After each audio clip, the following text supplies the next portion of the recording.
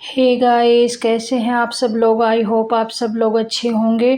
तो ये आज शरद पूर्णिमा का ब्लॉग बना रही हूँ मैं। सुबह नहा के मैं फ्री हो चुकी हूँ, सुबह का काम करके फ्री हो चुकी हूँ। तो अभी किचन में आ गई हूँ। तो किचन में मैं बना रही हूँ यहाँ लौकी के कोफ्ते। नाश्ता मेरा हो चुका है और नाश्ता करके नहा धो के फिर मैं आई हूँ किचन में। तो यहाँ पे मैंने लौकी को कद्दूकस कर लिया है और कद्दूकस करके रख लिया है। और एक साइड में पकौड़ी तलने के लिए तेल डाल रही हूँ। तो फ़ोन को मैंने ऐसे ही रख दिया है कहीं पे टिका के, क्योंकि अभी ट्राईपॉड आया नहीं है। अब देखते हैं कब तक आता है। तो मैंने ऐसे ही वो कर दिया है। तो यहाँ पे देखिए लौकी ले ली है मैंने, जो कि कद्दूकस कर लिया है। और इसमें थोड़ी सी नमक वमक मिला के, थोड़ा सा नमक थोड़ा सा धनिया मिला लूँगी और बस उसकी पकौड़ी निकालूँगी। तो अभी मैं मतलब सुबह के 10 बज रहे होंगे और जय माता दी कहना भूल गई आप लोगों को। तो जय माता दी सभी को। और इधर मैं नमक डाल के बस पकौड़ियाँ बनाऊँगी। आप लोग कैसे बनाते हैं कोफ्ता, मुझे बताइएगा। और मैं तो ऐसे ही सिंपल बना रही हूँ, क्योंकि क्या होता है ना कि घर में डेली यूज में ज़्यादा हैवी खाना पच नहीं पाता, तो ऐसे ही सिंपल ही बनाती हूँ। तो ये मैं बेसन डाल रही हूँ, जो कि मेरा घर का ही पिसाया हुआ बेसन रहता है। तो यहाँ पे मिला के और इसमें जो मैं थाली को ना एक साइड रखे हूँ, ताकि इसका जो पानी है तो निकल के एक साइड में हो जाए।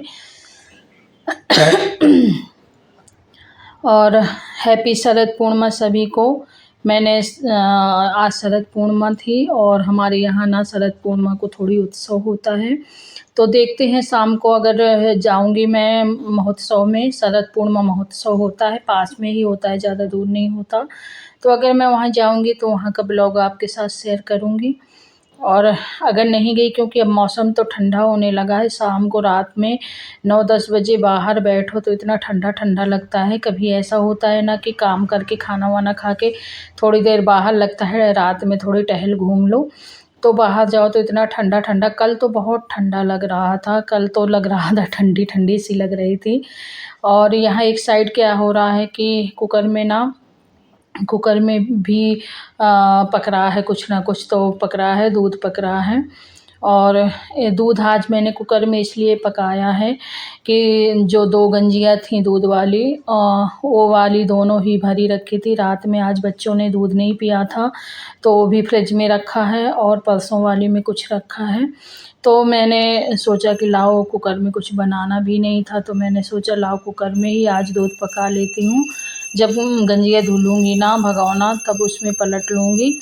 और इधर घंटी बज रही है, क्योंकि इस टाइम मुझे पूजा करनी नहीं थी और बेटी कर रही थी। तो बेटी आज स्कूल नहीं गई थी, तो उसका ये था कि आज उसने अलमारी के कपड़े वपड़े सेट किए।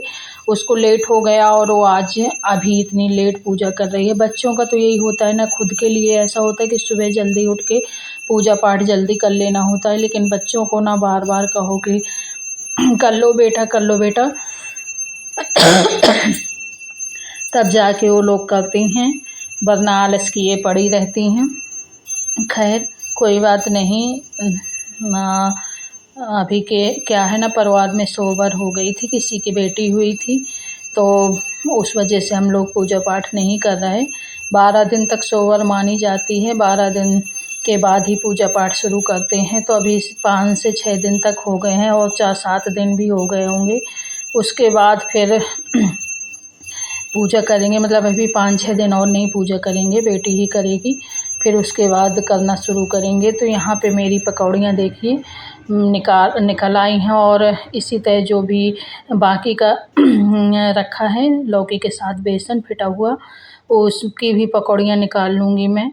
तो यहाँ पे देखिए दोबारा से निकाल लूँगी। और इधर क्या है ना, इस तरह मतलब इस समय सफाई वफाई चल रही है। आज राजपाल को आना था यहाँ पे, तो इस वजह से एकदम रोड में ना सफाई चल रही थी। वैसे तो रोड चाहे गंदी पड़ी रहें, पर किसी मंथली या किसी को आना हुआ ना तो रोड की इतनी ज़्यादा सफाई करते हैं, और जितनी भी धूल है घर के अंदर आ जाती है, क्योंकि रोड से धूल उड़ाएंगे। क्योंकि रोज़ अगर रोड साफ़ करें तो इतनी धूल ना हो। अगर कभी कभार कभी मंथली या किसी के आने पे अगर रोड साफ़ करेंगे तो फिर वो धूल बहुत ज़्यादा हो जाती है रोडों में।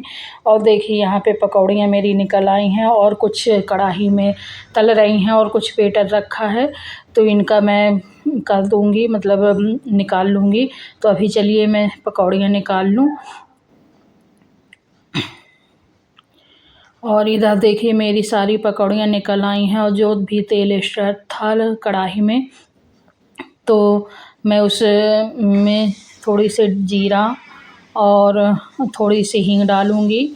और इधर देखिए जीरा हींग तड़कने लगे हैं, तो यहाँ पे मेरा प्याज लहसुन वाला जो पेस्ट है वो पिसा रखा है, उसको डाल दूँगी और इसको अच्छे से चला के भूंज लूँगी। और ये जब तक भुनेगा तब तक मैं टमाटर पीस लेती हूँ। तो एक साइड मेरा जो है, तो मैं बेटी को बोल दी हूँ, मैंने कहा कि बेटी तुम पीस दो। रानू है बड़ी बेटी का नाम, तो मैंने उसको बोल दिया कि तुम थोड़ी टमाटर पीस दो, मैं तब तक कढ़ाई चला। टमाटर पीस चुका है, तो यहाँ पे मैं टमाटर डाल दूँगी, और टमाटर के जैसे ही टमाटर पक जाएगा उसके बाद मैं मसाले डालूँगी। तो यहाँ पे टमाटर मेरा पक चुका है, तो यहाँ पे मैं थोड़ी हल्दी डाल रही हूँ, और हल्दी के बाद धनिया डालूँगी। बाकी जो खड़ा गरम मसाला है ना, वो मैंने हाथ से सिलबट्टे से पीसा है, क्योंकि वो मिक्सी से नहीं थोड़ा सा पिस रहा था, तो मैंने उसको सिलबट्टे में पीसा है। और अधिकतर जब भी कोई उस तरह की सब्ज़ी बनाती हूँ मैं, जैसे कोफ्ता है और पनीर है, पुलाव पनीर है, छोला है, कुछ भी, तो ये जो खड़ा गरम मसाला है उसको मैं हाथ से सिलबट्टे से ही पीसती हूँ। तो उसको मैंने पीस लिया है, और इधर मेरा मसाला भुन चुका है, तो मैं इसको थोड़ी देर चला के अच्छे से भूंज के, और जैसे इसमें ऑयल छोड़ने लगे ना, और मैं सरसों के तेल से ही बनाती हूँ, तो जिस थाली में लौकी रखी थी उसी में थोड़ा सा पानी डाल के मैं खंगरा के उसमें डाल दी हूँ, और एक साइड पानी और डाल दी हूँ। समथिंग 1 लोटा पानी मैंने डाल दिया है, और इसको अच्छे से अब पकने दूँगी। नमक डाल के रख दिया है, इसको अच्छे से पकने दूँगी। और ये जब पक जाएगा, इसका पानी अच्छे से खौल जाएगा, पक जाएगा। तो यहाँ पे देखिए मैंने जैसे ही आटा गूँथने के लिए टंकी देखा, तो टंकी में आटा पूरा ख़त्म हो चुका था, और सुबह मुझे बिना नहाए याद नहीं था कि मैं भर लूँ। तो अभी जब ध्यान आया, जब मैंने देखा तो उसमें आटा नहीं था, तो फिर मैंने सोचा कि चलो लाओ मैं भर के ही रख लेती हूँ। तो जो बोरी में आटा रखा था मैंने पिसाया था, तो उसको मैं ला के फिर पूरी टंकी भर लूँगी। और टंकी जो बाकी का बचता है ना आटा इसमें, उसको मैं उसको पहले इस्तेमाल कर लेती हूँ, टंकी का बंद करके रख देती हूँ। और फिर तो यहाँ पे देखिए मैंने टंकी भर दी है, और टंकी को अब मैं साइड में रख दूँगी। और जो उसमें है टट्ठा में मैंने आटा चाल लिया है, और चाल के आटा बनाऊँगी रोटी गूँध के आटा। तो ये जो चापर निकलता है ना, जैसे आप चालो चलने से तो चापर निकलता है गेहूँ का, तो वही मैं साइड में रख देती हूँ। जब गाय आती है तो गाय को खिला देती हूँ। तो इधर मैंने टंकी में पूरा आटा भर लिया है, और आटा साइड में मैं रख दूँगी। ये टंकी वाला वहीं पे रख दूँगी साइड में। और ये देखिए और उसके बाद जो भी ये बोरी का आटा बचा ना, इसको मैं रख दूँगी उसी के ऊपर। और बोरी में जो आटा बचा है उसको मैं पहले यूज करूँगी, और टंकी वाला बाद में यूज करूँगी। और ये जो नीचे गिर गया है बहुत सारा आटा, तो इसको मैं झाड़ू से साफ़ कर दूँगी। ये देखिए कितना आटा गिर चुका है, तो मैं इसको झाड़ू से साफ़ कर दूँगी, और इसमें थोड़ा-सा पोंछा लगा दूँगी। और देखिए साड़ी में आटा छप गया है, क्योंकि बिना नहाए वाले ये काम है। नहाने के बाद अगर करो तो कपड़ों में या हाथ पैरों में तो लग ही जाता है। तो एक साइड पहले मैंने सोचा सब्ज़ी देख लेती हूँ, तो लग रहा है कि उसका जो पानी है वो अच्छे से पक गया है। तो ये देखिए उसका पानी पक चुका है अच्छे से और मैं इसमें अब पकौड़ियाँ डाल दूँगी जो भी बना के रखी हैं। तो पहले सोच रही हूँ कि इसको तेज़ आँच करके ऐसे खुला थोड़ी देर पका लेती हूँ, उसके बाद मैं झाड़ू लगा देती हूँ। यहाँ पे जो आटा पड़ा है नहीं पैरों में, ये अगर आटा है पैरों में लगा और फिर उसके बाद थोड़े गीले हो गए ना पैर, तो गिरने का डर रहता है। तो यहाँ पे देखिए पूरा आटा मैं साइड में करके झाड़ के और फिर इसमें थोड़ा सा पोंछा लगा दूँगी। और ये जो पानी है वो गैस मेरी तेज़ कर दी है मैंने, तो उसका वो पक रहा है अच्छे से। और ये जो पकौड़ियाँ हैं तो इनको मैं डाल दूँगी। पानी पक चुका है अच्छे से, जो होता है मसाले वाला। अब इसमें मैं पकौड़ियाँ डाल दूँगी। तो इधर कोफ्ता बन के मेरा रेडी हो जाएगा और उसके बाद मैं सब्ज़ी बन गई मेरी कोफ्ते की और बस रोटी बनाना रह जाएगा। तो इधर मैं आटा गूँध के अब रोटी सेंक लूँगी और इधर नीचे थोड़ी पोछा लगा दूँ पहले, उसके बाद फिर मैं आटा गूँथूँगी। उसके बाद चलिए मैं आपको दिखाती हूँ थोड़ा। तो यहाँ पे देखिए कोफ्ता मेरा बन के रेडी हो चुका है और अभी इसमें धनिया की पत्ती डाल दूँगी काट के और बस अब इसके बाद मैं इसको पलट लूँगी। तो कोफ्ता मेरा रेडी हो चुका है, थोड़ी रसेदार बनाया है बिल्कुल। हेलो गाइज, तो देखिए मैं अभी करवा चौथ की मेरी शॉपिंग चल रही थी, हस्बैंड लाए थे, मैं नहीं गई थी लेने। तो यहाँ पे देखिए 2 साड़ी लाए हैं। तो आप बताइए मैं करवा चौथ में कौन सी साड़ी पहनूं। तो एक ये वाली लाए हैं। ये मतलब हल्की है। मुझे हल्के कपड़े की साड़ियाँ पसंद आती हैं, वही मुझे चाहिए होती है। तो मैंने कहा कि हल्के कपड़े की लाइएगा। तो एक ये लाए हैं, ये वाली, और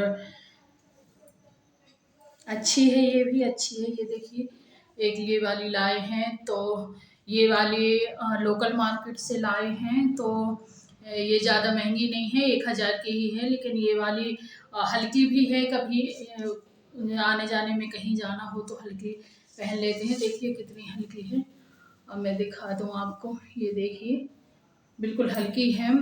तो ये वाली लोकल मार्केट से लाए हैं। और एक ये लाए हैं।